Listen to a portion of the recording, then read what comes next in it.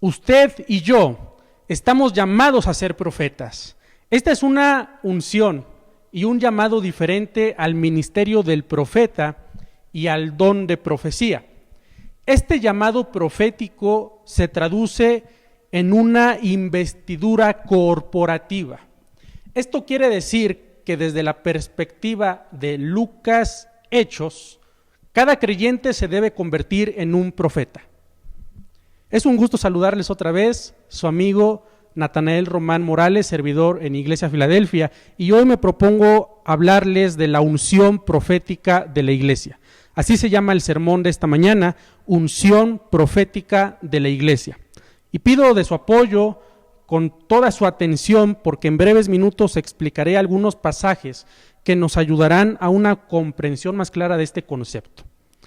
Primero hay que visualizar al bautismo en el Espíritu Santo como una investidura profética. El bautismo en el Espíritu Santo funciona otra vez desde la perspectiva de Lucas Hechos, como lo hemos mencionado en sermones anteriores, semanas pasadas, y ustedes pueden revisar el video en nuestra página de YouTube. Ahí están los videos, se llama Bautismo en el Espíritu Santo, donde hablamos más ampliamente del tema del bautismo en el Espíritu Santo. Este bautismo en el Espíritu lo debemos ver como un impulso para proclamar las maravillas de Dios. Entonces tenemos que ir al libro de los Hechos, Hechos capítulo 1, versículo 5. Hechos capítulo 1, versículo 5, le voy a dar lectura rápido, dice: porque Juan ciertamente bautizó con agua, mas vosotros seréis bautizados con el Espíritu Santo dentro de no muchos días. Ustedes ahí tienen su Biblia en casa y se darán cuenta que estas palabras están subrayadas en color rojo. ¿Qué quiere decir esto? Que es el Señor Jesús quien dijo directamente esta profecía. Ahora, para entenderla mejor, en su contexto del autor, que es Lucas, hay que ir a la primera vez que se menciona esta profecía. Aparece en el Evangelio de Lucas, capítulo 3, versículo 16 y 17. Pongan mucha atención a lo que dice aquí. Vean que hay algunos cambios que a simple vista no nos damos cuenta, pero aquí están. Lucas capítulo 3 versículos 16 y 17. Respondió Juan diciendo a todos: yo a la verdad os bautizo en agua, pero viene uno más poderoso que yo, de quien no soy digno de desatar la correa de su calzado. Él os bautizará en Espíritu Santo y fuego. Vean cómo en el libro de los Hechos ya se omite esa palabra final, y fuego. Ahora, desde el contexto anterior, que es en el Evangelio de Lucas, aparece aquí y fuego. Versículo 17 nos da una explicación más clara. Su aventador está en su mano y limpiará su era y recogerá el trigo en su granero y quemará la paja en fuego que nunca se apagará. Vean cómo muchas veces utilizamos esta profecía para hablar de la experiencia carismática, de esta experiencia pentecostal que nos caracteriza a nosotros, y ponemos mucho énfasis al bautismo en el Espíritu Santo y a veces añadimos y fuego, pero no damos una continuidad a la explicación profética. Y aquí claramente dice: su aventador está en su mano y limpiará su era y recogerá el trigo en su granero y quemará la paja en fuego que nunca se apagará. Aquí Juan Bautista apela a una figura de el sembrador, del que trabaja en el campo, y entonces habla de un proceso de limpieza que, traducido en la profecía bíblica, se puede entender como juicio de Dios. No se equivocan muchos comentaristas y muchos teólogos cuando le dan una explicación de la teología del juicio, porque claramente se ve que para los redimidos, para los que creen en Cristo, para los hijos de Dios, serán bautizados en Espíritu Santo, ¿sí? Serán recogidos por el Redentor, pero para los no arrepentidos serán quemados y ese fuego nunca se apagará. Ahora, todo esto está bien, es correcto, El asunto es que el Evangelio de Lucas, juntamente con el libro de los Hechos, son los únicos libros que nos dan un contexto más amplio en la interpretación. ¿Qué quiero decir con esto? Voy a decirlo con palabras más sencillas. Hay un proceso que termina en juicio, pero el proceso incluye un tamizaje para la nación, una labor de cernir, donde se va a cernir, donde se va a tamizar a los que son verdaderamente hijos de Dios. Esta labor de tamizaje, de cernido, consiste en una separación, un filtrado. Y una vez que se tenga ese filtro y se escoja el trigo, el cual va a ser separado de la paja, entonces ya se puede proceder al juicio. Pero lo que Lucas está enfatizando es que el Espíritu Santo, a través de la iglesia, o más bien, Dios, a través de la iglesia, por el impulso del Espíritu Santo, en la predicación que la iglesia va a tener, se va a llevar a cabo ese tamizaje. Ahora, ¿de dónde sacamos esta información? Lucas capítulo 2,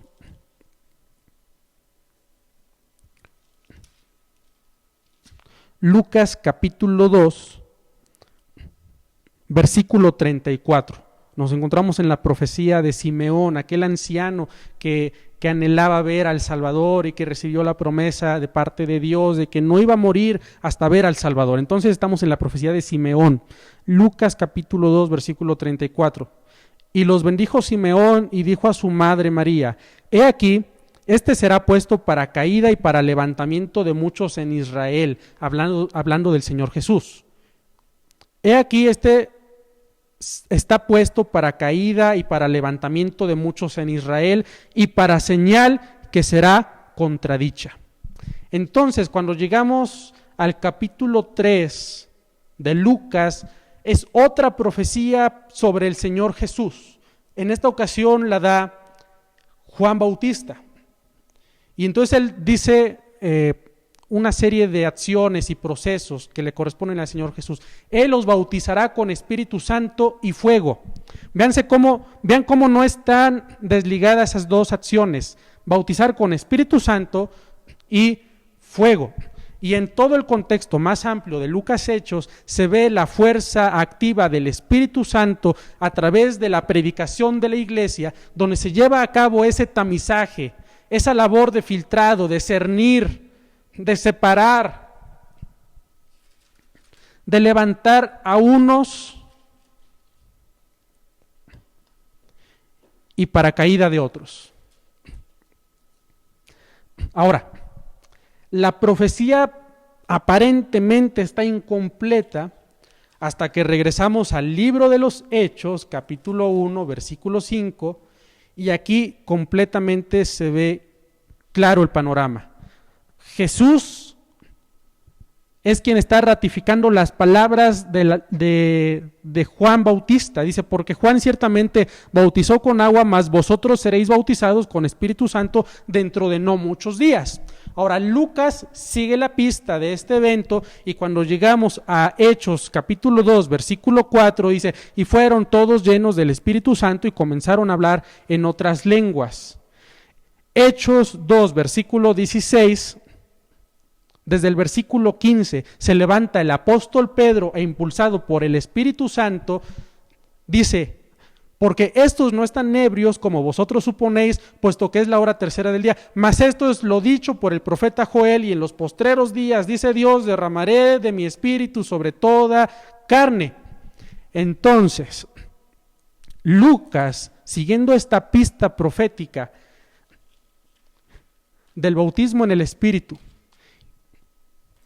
y de la labor primordial del Espíritu sobre la iglesia a través de la predicación, le da un realce de una labor profética. Es la predicación de la iglesia la que toma un carácter profético para cumplir esa labor de tamizaje. Eso significa ser bautizados con Espíritu Santo y fuego. Ahora, déjenme darles una explicación más amplia y completa, porque hay que entender el sentido general de Lucas. Esto se le llama la neumatología o la teología lucana. Y vamos a ver entonces, primero en Lucas capítulo 1, versículos 15 al 17, es anunciado el nacimiento de Juan Bautista a su padre Zacarías. Lucas 1, 15 al 17. Porque será grande delante de Dios, no beberá vino ni sidra y será lleno del Espíritu Santo. Ahora, en esta serie de pasajes quiero que notemos la relación que hay entre llenura del Espíritu Santo y el impulso profético. Entonces se profetiza aquí que Juan Bautista, este niño que se iba a levantar para preparar el camino de Dios, iba a ser lleno del Espíritu Santo, aún desde el vientre de su madre, y hará que muchos de los hijos de Israel se conviertan al Señor Dios de ellos. Vean cómo la proclamación profética a través de la predicación toma el carácter de esa labor de tamizaje donde se va a filtrar y a cernir a la nación de Israel, donde se va a ver quiénes son los verdaderos hijos de Dios. Muchos se convertirán al Señor de ellos. ¿A través de qué? De la predicación de Juan Bautista, el cual iba a ser lleno del Espíritu Santo. Lucas 1, 39 al 42. Este solamente es el inicio del Evangelio de Lucas. Lucas 1, 39 al 42, nos encontramos que su mamá, Elizabeth, es llena del Espíritu Santo. Entonces María, la mamá de Jesús, llega a visitar a Elizabeth. Eran familia cercana. Y entonces, levantándose María, fue deprisa a la montaña, a una ciudad de Judá, y entró en casa de Zacarías y saludó a Elizabeth. Y aconteció que cuando oyó Elizabeth la salutación de María, la criatura saltó en su vientre, y Elizabeth fue llena del Espíritu Santo. Ahora, ahí no se detiene. Versículo 42, y exclamó a gran voz y dijo: bendita tú entre las mujeres y bendito el fruto de tu vientre. ¡Qué hermoso! Es llena del Espíritu Santo. Y resulta en una exclamación profética, gozosa y podríamos decir hasta extática. ¡Wow! Es llena del Espíritu Santo y el resultado es que profetiza. Y esa profecía es que habla de las maravillas de Dios a través de Cristo Jesús. Luego no nos detenemos, Lucas 1, 46 al 47. Ahora María profetiza, en la misma intervención del Espíritu Santo, María profetiza. Entonces María dijo: engrandece mi alma al Señor y mi espíritu se regocija en Dios mi Salvador. Y sigue proclamando una profecía, engrandeciendo las maravillas de Dios a través de Cristo.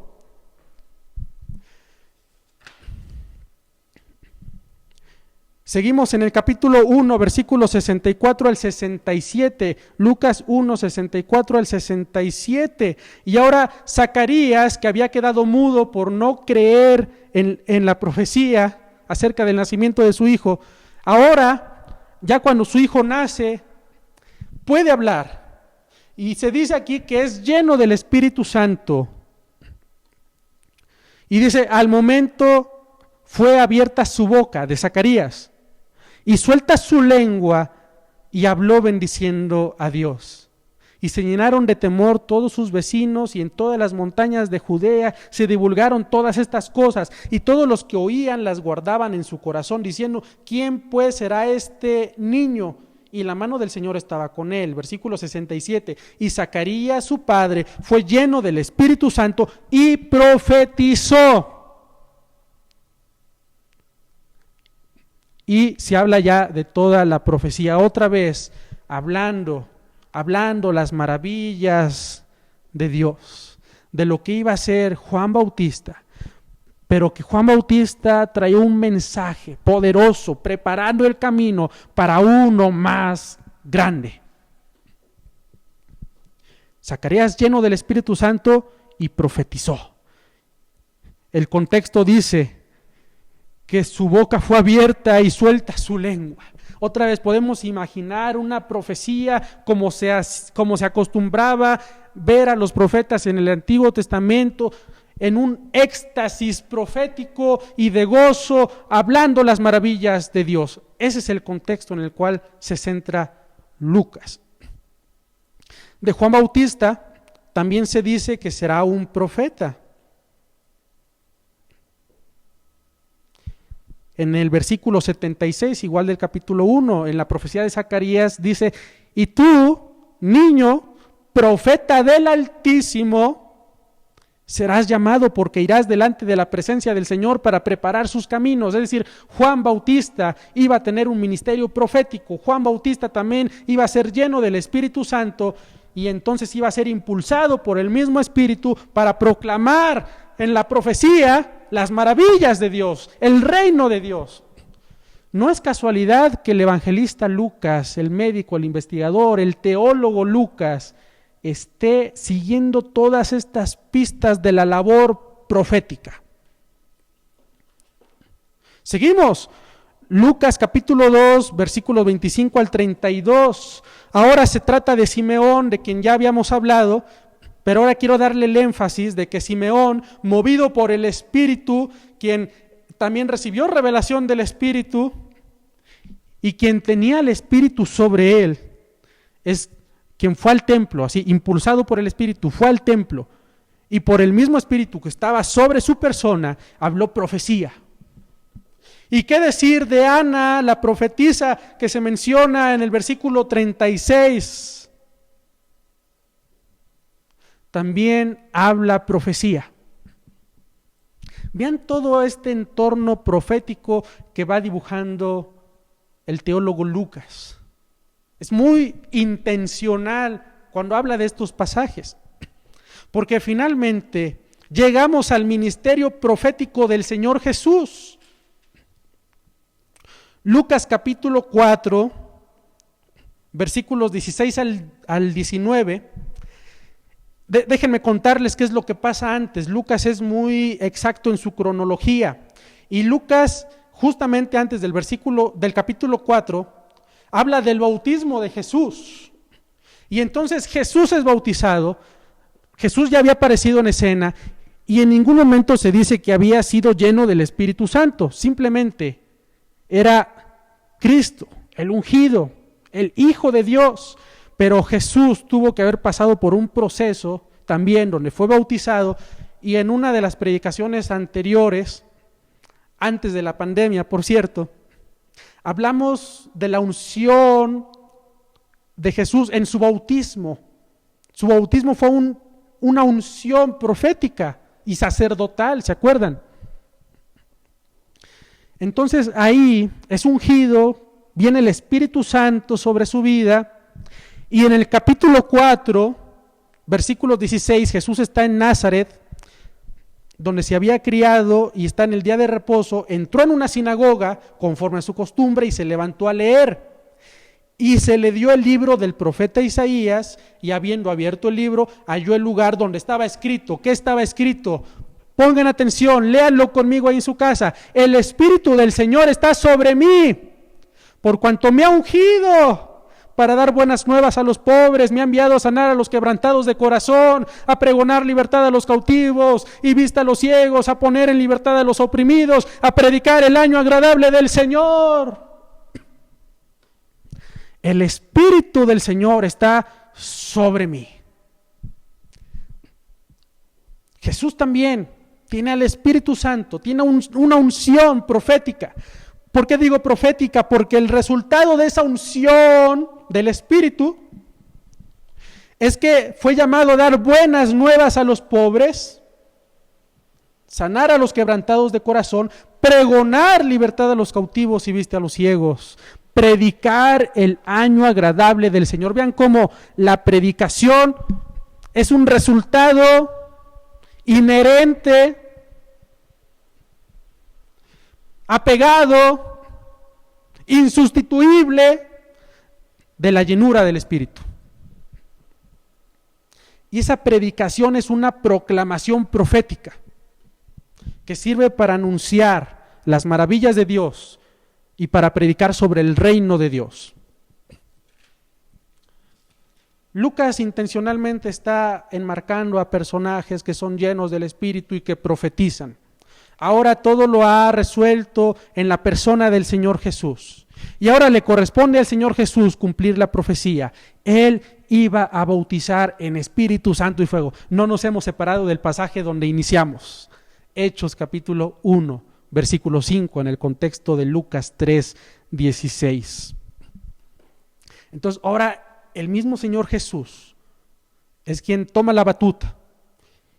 Y en el libro de los Hechos es el Señor Jesús quien bautiza con Espíritu Santo y fuego. ¿A quiénes? A sus discípulos. ¿Y para quiénes más? Para cuantos el Señor Jesús llamare. Por lo tanto, debemos ver al bautismo en el Espíritu Santo como una investidura profética, como ese impulso del Espíritu para proclamar las maravillas de Dios, para preparar el camino, filtrar, seleccionar el trigo de la paja. Y entonces todo resulta en un juicio final, cuando eso todavía no se cumple. Pero estamos en el proceso de la predicación. Nosotros cumplimos esa labor de tamizaje, donde muchos caerán, pero muchos se levantarán para la gloria de Dios. Eso también es el bautismo en el Espíritu Santo. ¿Dónde más vemos este carácter profético para la iglesia?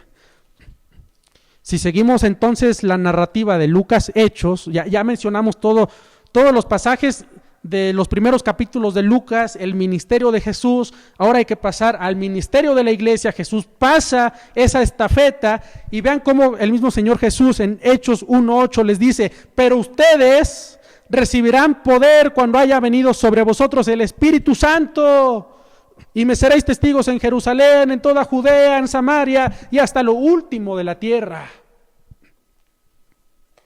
Deben ser llenos del Espíritu, deben ser bautizados con el Espíritu, deben recibir la promesa del Padre. Es el mismo evento que ustedes deben de esperar, y no se vayan de Jerusalén. Y cuando reciban esta promesa del Padre, cuando sean bautizados con Espíritu Santo y fuego, entonces se levantarán como profetas para proclamar las maravillas de Dios, para anunciar que el reino de los cielos se ha acercado, para anunciar libertad a los cautivos, para anunciar salvación y vida eterna.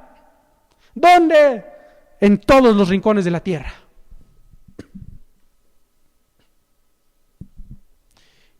Y esta narrativa nos lleva finalmente a Hechos capítulo 2, versículo 4, donde todos fueron llenos del Espíritu Santo y comenzaron a hablar en otras lenguas. Y entonces el resultado es que profetizan y son testigos, y hay una primera conversión de miles de personas. Hechos capítulo 10, en la casa de Cornelio, tiene el mismo efecto y profetizan. Hechos capítulo 19, versículo 6, también dice que hablaban en otras lenguas y profetizaban. Vean cómo va este efecto, esta dupla. El carácter profético se deja ver en el bautismo con el Espíritu Santo. Pero también hay que ver a las lenguas como evidencia de la proclamación profética. Esto ya es otro punto totalmente diferente que nos va llevando a un camino final, al entendimiento de este ministerio para la iglesia. Las lenguas como evidencia de la proclamación profética.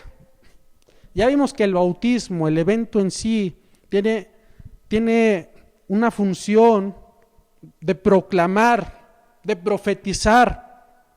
Pero ahora vamos a ver a las lenguas como la evidencia de esa proclamación profética. Entonces hay que centrarnos en Hechos capítulo 2, versículo 4 hasta el 20, donde fueron todos llenos del Espíritu Santo y comenzaron a hablar en otras lenguas. Vean cómo nunca se había hablado de las lenguas con anterioridad. Los discípulos esperaban algo que no sabían qué era, nunca se imaginaron algo de las lenguas, pero empiezan a hablar en otras lenguas según el Espíritu les daba que hablasen, y todos se quedan atónitos. Yo creo que hasta ellos mismos se quedan atónitos, no sabían qué es lo que estaba pasando.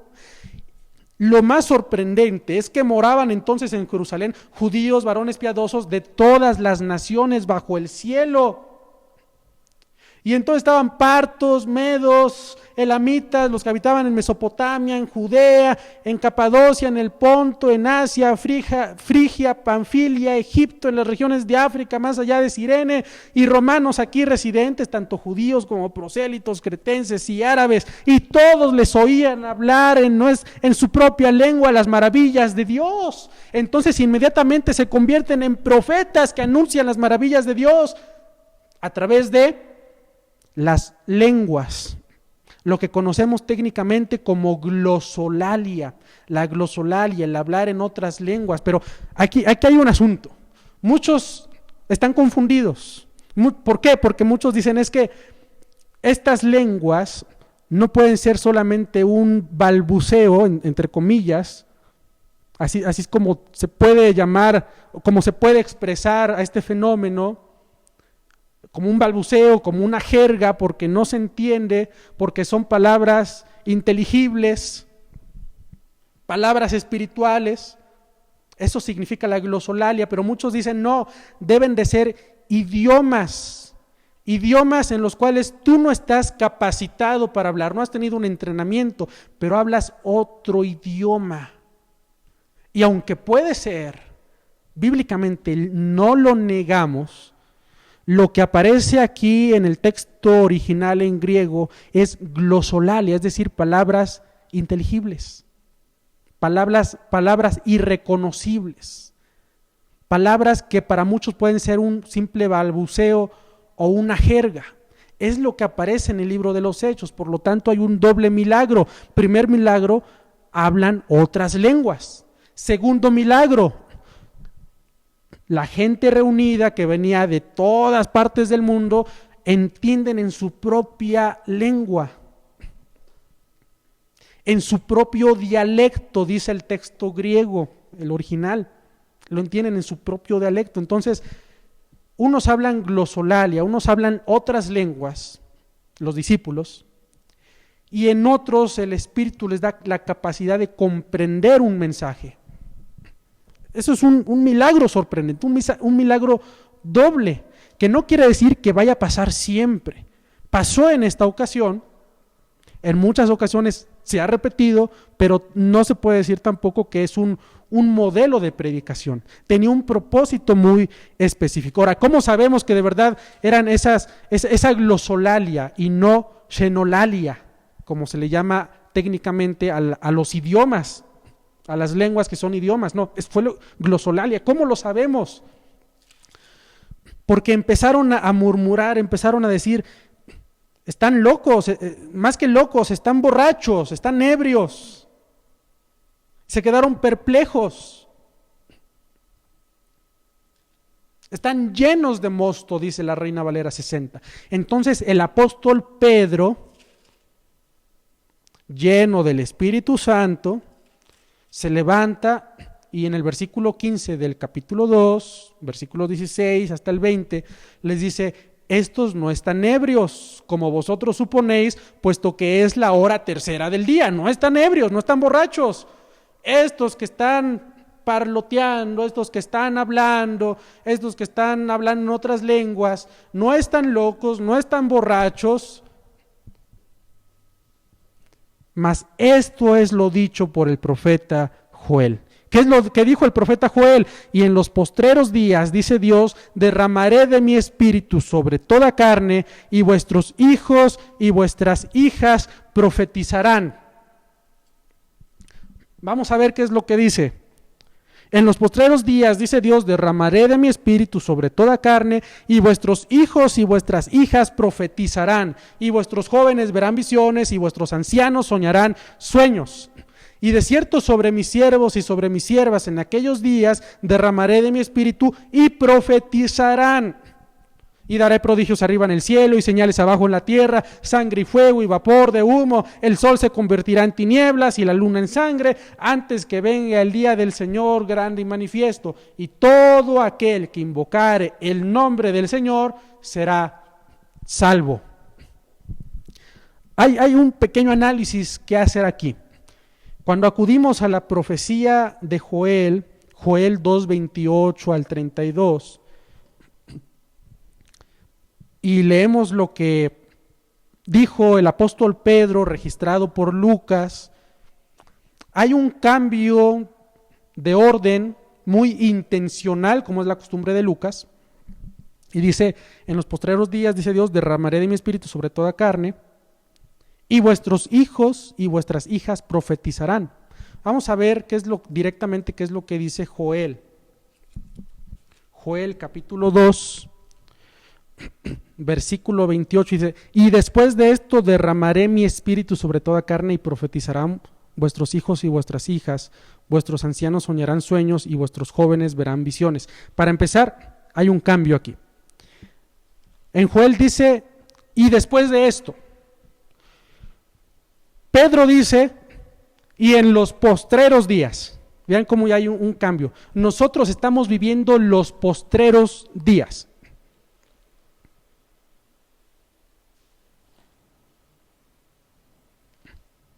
Y luego lo que sigue, vuestros hijos y vuestras hijas profetizarán. Vuestros jóvenes verán visiones y vuestros ancianos soñarán sueños. Aquí primero habla de visiones, en Hechos primero habla de visiones y después de sueños. Realmente todo el libro de los Hechos vamos a ver una actividad del Espíritu con visiones. La visión que tuvo Pedro, visiones que tuvo Pablo, aparecen las visiones, hay un cumplimiento. Y luego todos estos eventos fenomenológicos, de prodigios arriba en el cielo, señales abajo en la tierra, tienen cumplimiento en las señales hechas por el Señor Jesús, posteriormente por los apóstoles, sus discípulos, la iglesia. ¿Cómo sabemos esto? Bueno, vean que dice Hechos capítulo 4 versículo 29, y ahora Señor mira sus amenazas y concede a tus siervos que con todo denuedo hablen tu palabra, mientras extiendes tu mano para que se hagan sanidades, señales y prodigios mediante el nombre de tu santo Hijo Jesús. Señales y prodigios, no es casualidad que se mencione así. Vemos que Lucas es muy intencional en sus palabras, en el orden de su profecía. El Señor Jesús inaugura los postreros días, y los postreros días van a permanecer hasta el día del Señor, es decir, hasta la segunda venida de Cristo. Nosotros estamos viviendo los postreros días, y los postreros días están caracterizados por señales, prodigios y una predicación con denuedo. Señales, prodigios, milagros, predicación con denuedo y una comunidad de profetas que se levantan para proclamar las maravillas de Dios. Eso es lo que caracteriza a los postreros días. Ahora, quiero que noten algo. El tiempo ya se me va acabando. Se está hablando del bautismo en el Espíritu, que tiene la evidencia de las otras lenguas, de la glosolalia. Y Pedro atribuye a ese evento el cumplimiento de la profecía de Joel, que es lo mismo que la promesa del Padre y el hecho de que el Señor Jesús bautizaría con Espíritu Santo y fuego.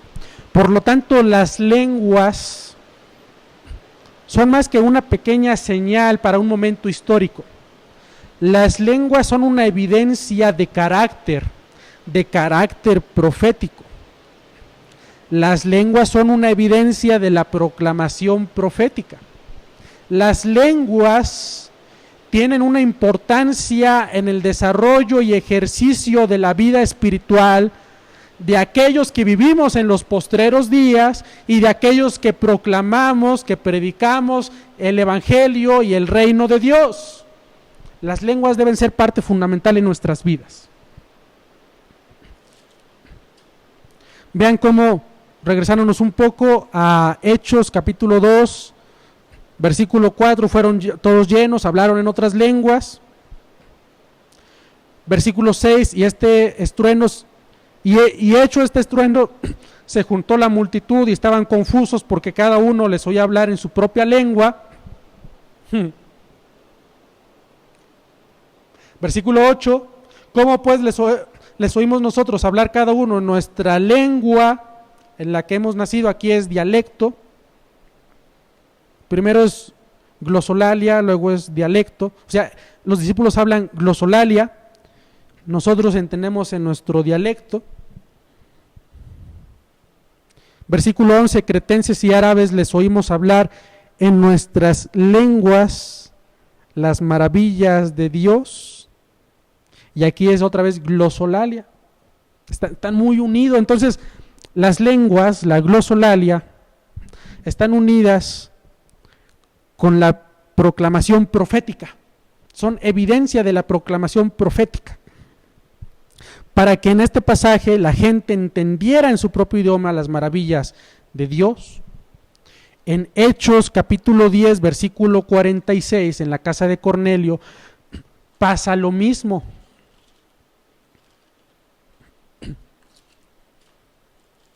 Hechos 10, 46. Porque los oían que hablaban en lenguas y que magnificaban a Dios. No dice que profetizaban, pero por la sincronía y el pensamiento paralelo de Lucas Hechos, se puede entender que esa expresión magnificaban a Dios es un acto profético también. Porque la profecía es hablar palabra de Dios, glorificar a Dios, también entra en el carácter profético. Hechos capítulo 19, versículo 6, con la docena de discípulos de Apolos, que Pablo llega a instruir sobre el Espíritu Santo en Éfeso, a los Efesios, 19:6. Ahí sí claramente dice, y habiéndoles impuesto Pablo las manos, vino sobre ellos el Espíritu Santo, y hablaban en lenguas y profetizaban. Siempre las lenguas son la evidencia del bautismo en el Espíritu Santo, pero también como fruto propio de las lenguas hay un acto profético. Finalmente,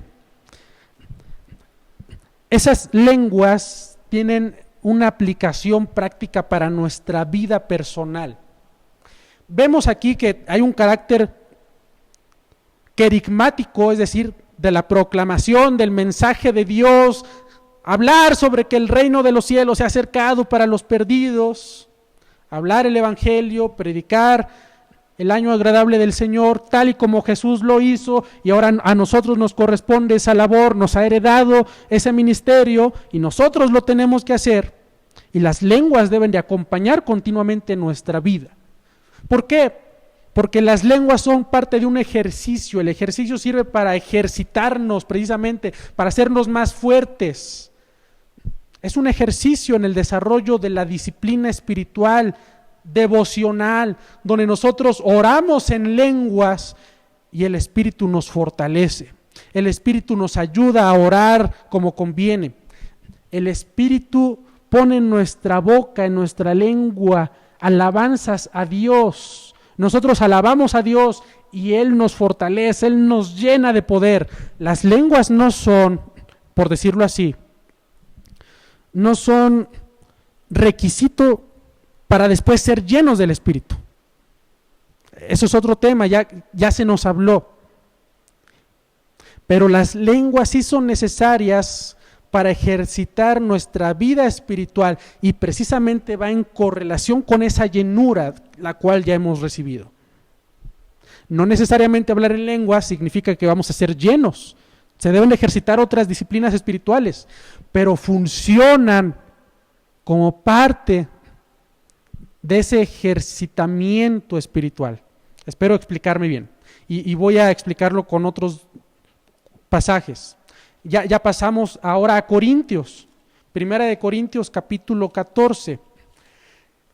Hemos hablado de que se ha cometido el error de que a Lucas solamente se le toma como un historiador, un simple viajero acompañante de Pablo que iba tomando nota para redactar la biografía del León de Tarso. Y no es así, no es así. Lucas fue un teólogo independiente. Otro error es que se ha leído Lucas Hechos con los lentes de Pablo. No debe ser así, al contrario, digo que debe ser al revés. Hay que leer a Pablo cuando habla del Espíritu, por ejemplo, estos pasajes que vamos a leer, hay que leer a Pablo con los lentes de Lucas. ¿Por qué? Lucas es más extenso, pero aquí en 1 Corintios capítulo 14, versículos 1 al 4 dice: seguid el amor y procurad los dones espirituales, pero sobre todo que profeticéis. Hay aquí otra vez un don, una labor profética que hay que cultivar, porque el que habla en lenguas no habla a los hombres, sino a Dios, pues nadie le entiende, aunque por el Espíritu habla misterios. O sea, en nuestra vida devocional privada debemos hablar en lenguas porque nos comunicamos en un lenguaje espiritual con Dios, hablamos los misterios de Dios y Dios nos fortalece, Dios nos ayuda en nuestra debilidad. Oramos como conviene y de alguna manera el proceso de santificación sufre o más bien es intensificado. Iba a decir sufre una intensificación, pero regularmente en nuestro lenguaje eso de sufre es negativo. Entonces el proceso de santificación progresiva es intensificado por el hablar en otras lenguas. Y sigue diciendo: pues nadie le entiende, aunque por el Espíritu habla misterios, pero el que profetiza habla a los hombres para edificación, exhortación y consolación. Entonces otra vez, el hablar en otras lenguas, en el hábito litúrgico de la iglesia, cuando nosotros lo hacemos en voz alta, como lo hemos experimentado aquí en nuestro templo, en nuestra iglesia, con algunos de nuestros hermanos, sirve para edificación de los creyentes, sirve para edificación del cuerpo de Cristo. Función profética. Ahora, yo no tengo un mensaje para la iglesia, oro en lenguas porque a mí mismo me edifico. Miren, el que habla en lengua extraña, a sí mismo se edifica. 1 Corintios 14:4. El que habla en lengua extraña, a sí mismo se edifica, pero el que profetiza edifica a la iglesia. Entonces, cuando yo hablo en lenguas, porque tengo el don de lenguas y hay una interpretación de lenguas, todo sinergiza en el don profético para edificación de otros. Pero cuando yo no tengo ese don y hablo digamos para mí mismo con Dios, hablo en lenguas porque es válido, a mí mismo me edifico y hablo los misterios de Dios. De todas maneras, soy un profeta. ¿Y qué dice el versículo 39? Porque muchos dicen que hay que impedir hablar en lenguas, eso está mal. No, Pablo dice lo contrario. Pablo dice: así que hermanos, procurad profetizar. ¿Por qué? Porque somos una comunidad de profetas. Y no impidáis el hablar en lenguas. ¿Por qué? Porque hablar en lenguas es necesario para la vida cristiana. no impidan hablar en lenguas, porque necesitamos ser edificados nosotros mismos. Necesitamos hablar en lenguas, número 1, para ser edificados nosotros. Número 2, necesitamos hablar en lenguas para edificar al cuerpo de Cristo. Y número 3, necesitamos hablar en lenguas como carácter profético de la proclamación del Evangelio, para que a otros les llegue el Evangelio, el mensaje. Yo solamente tengo que decir una cosa y con esto termino. La iglesia tiene en su esencia, en su naturaleza, un carácter profético. Y esa proclamación profética de predicación, de anunciar, de traer a otros al reino de Dios, se enfoca en el bautismo en el Espíritu Santo. Es decir, no podemos cumplir esa labor profética si no hemos recibido esa unción especial, esa investidura, que es el bautismo en el Espíritu Santo. Espero que sigan la línea lógica que estoy trazando. La iglesia en su naturaleza debe de predicar, debe de ser una comunidad de profetas que anuncian el reino de Dios, las maravillas de Dios, que magnifican a Dios con alabanzas continuamente. Y esto se canaliza en el evento de ser bautizados en el Espíritu Santo y fuego. Y si el bautismo en el Espíritu Santo está evidenciado, está acompañado del hablar en otras lenguas, entonces nadie impida hablar en otras lenguas. Necesitamos hablar en lenguas. Para muchos es un balbuceo, para otros quizá pueda ser una simple jerga. Pero para los que conocemos el carácter de las lenguas, de la glosolalia, entendemos que somos edificados, que hablamos los misterios de Dios, que somos ejercitados, que lo necesitamos. Nadie impide hablar en lenguas, porque las lenguas significa que hemos sido revestidos, ungidos con con esta unción profética para la iglesia, y esto nos capacita para anunciar, para predicar las maravillas de Dios. Es todo un conjunto de conceptos que dan vida a la iglesia, dan sentido. Lo diré de otra manera: la iglesia no tiene razón de ser sin su proclamación del mensaje en todos los rincones de la tierra. La iglesia no tiene razón de existir si no cumple el ministerio profético que Dios le dio. Y si el ministerio profético necesita del bautismo en el Espíritu y el bautismo en el Espíritu necesita de las lenguas, entonces debemos ser una comunidad de profetas que hablan lenguas, que adoran lenguas, las maravillas de Dios, y que mediante esta glosolalia, mediante esta práctica somos capacitados por el Espíritu, somos llenados de poder. Nuestra vida es confortada, es edificada, somos retados, ya no miramos al mundo de la misma manera y salimos a predicar el mensaje del reino de Dios. Eso es lo que la iglesia significa, se traduce en los tratados de Lucas, Hechos. No hay otra manera de ver la iglesia. Estamos aquí con ese propósito, y si no hacemos eso, si no tenemos esa práctica, no sé entonces qué somos. Somos todo menos iglesia. Necesitamos de este bautismo, de esta llenura constante y de las lenguas. Todo esto significa que la iglesia tiene la unción profética. Y les comparto que cuando yo veo esto en la Biblia, cuando yo lo experimento, cuando yo leía la palabra y digo, sí, Señor, esta historia es mi historia, yo lo necesito, yo estoy tan necesitado de esa unción, de esa capacitación. Empiezo a ver el mundo de manera distinta, empiezo a reenfocarme. La pandemia vino a cambiar radicalmente el ministerio de muchos de nosotros, la dinámica de la iglesia, la liturgia también están cambiando, están evolucionando. Yo tenía planes, proyectos, estábamos evangelizando, estábamos ya generando proyectos sociales, urbanos, y de momento todo se viene abajo y uno dice, ¿cuándo me voy a recomponer? ¿Cuándo vamos a reactivar los proyectos? ¿Quién sabe? La dinámica social está cambiando también. Dependemos de lo que pasa también allá afuera. Y yo decía, Dios, ¿y ahora qué voy a hacer yo? ¿Qué va a hacer la iglesia?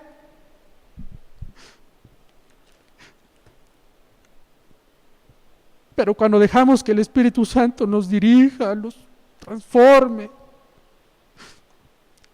Él nos va a poner en el lugar que necesitamos estar. Él va a poner frente a nosotros a personas necesitadas. Y si no ejercitamos el hablar en lenguas en nuestra vida devocional privada, no podemos ser profetas allá afuera. Y me doy cuenta cuando me encuentro a alguien en la calle y tiene una necesidad y hablamos y le predico. Algunos rechazan, otros están interesados, pero digo, Dios, tú me estás poniendo en el lugar que debo de estar. Y a usted, hermano, Dios lo está poniendo en el lugar que debe de estar. Si usted tiene esa comunión con el Espíritu, no se preocupe. No llore por las viejas prácticas de la iglesia, todo va a cambiar. Pero si usted tiene esa comunión con el Espíritu, si usted se ejercita adorando a Dios en otras lenguas, Dios lo va a capacitar y le va a dar la seguridad de que está en el lugar correcto. Qué hermoso es escuchar el testimonio de hermanos que en su negocio llegan y testifican con su vida, con todo lo que Dios ha hecho, y están haciendo discípulos, y otros le predican a su jefe, y otros a sus compañeros de trabajo, y otros a sus familiares. Ahí donde estamos, Dios nos utiliza porque somos una comunidad de profetas. Señor, exaltamos tu nombre. Gracias te damos, Dios.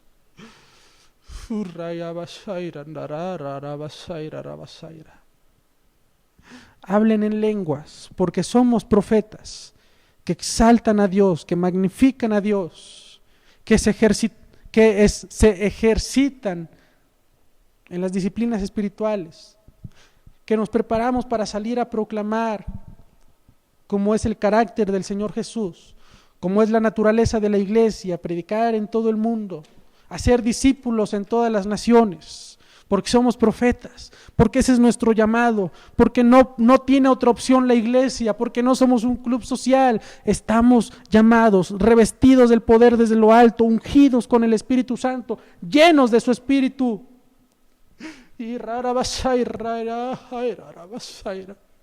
Si ahí en casa tienen profecía, el Espíritu puede hablar a través de ustedes, para nosotros como iglesia.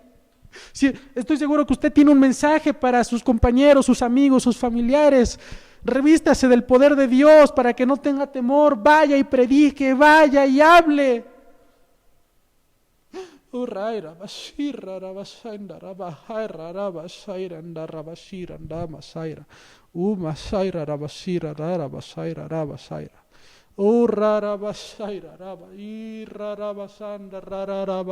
Te adoramos, Dios.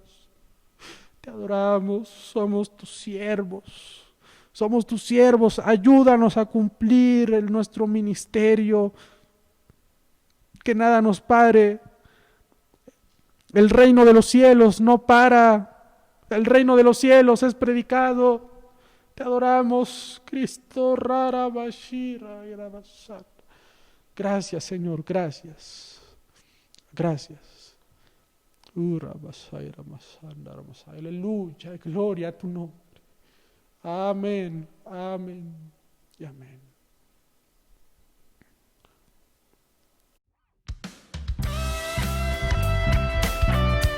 Familia Filadelfia, vamos a entonar este hermoso himno ya de antaño, pero a ver si nos acordamos. Entonémoslo con sumo gozo. Adoremos a nuestro Señor. Amén.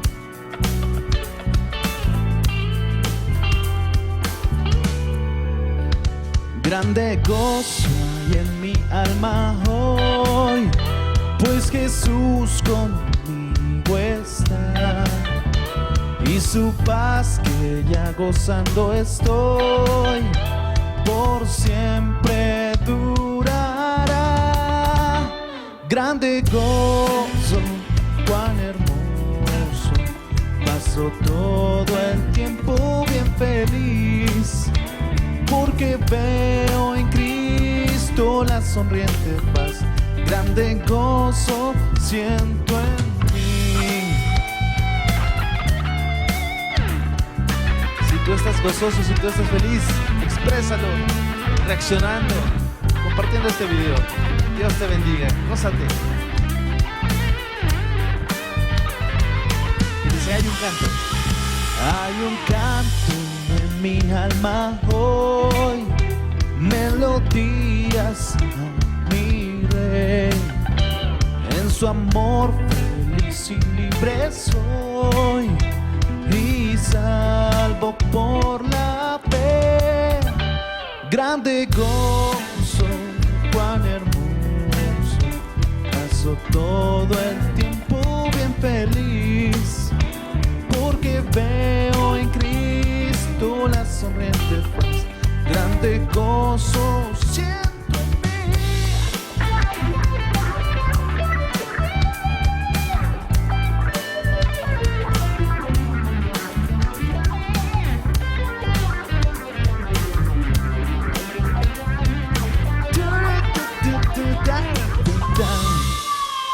Gratitud hay en mi alma hoy, melodías a Jesús. Por su gracia a la gloria voy, gozándome en la luz. Grande gozo, cuán hermoso, paso todo el tiempo bien feliz, porque veo en Cristo la sonriente paz. Grande gozo siento en mí. Grande gozo, cuán hermoso, paso todo el tiempo bien feliz, porque veo en Cristo la sonriente paz. Grande gozo siento en mí.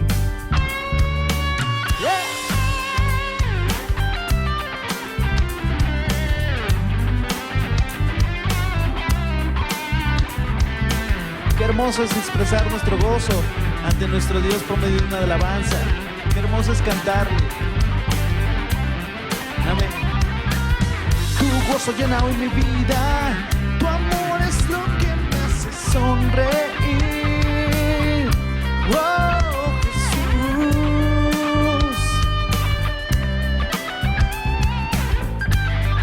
Por eso yo me gozo en ti, Señor. Oh. Jesús, amén.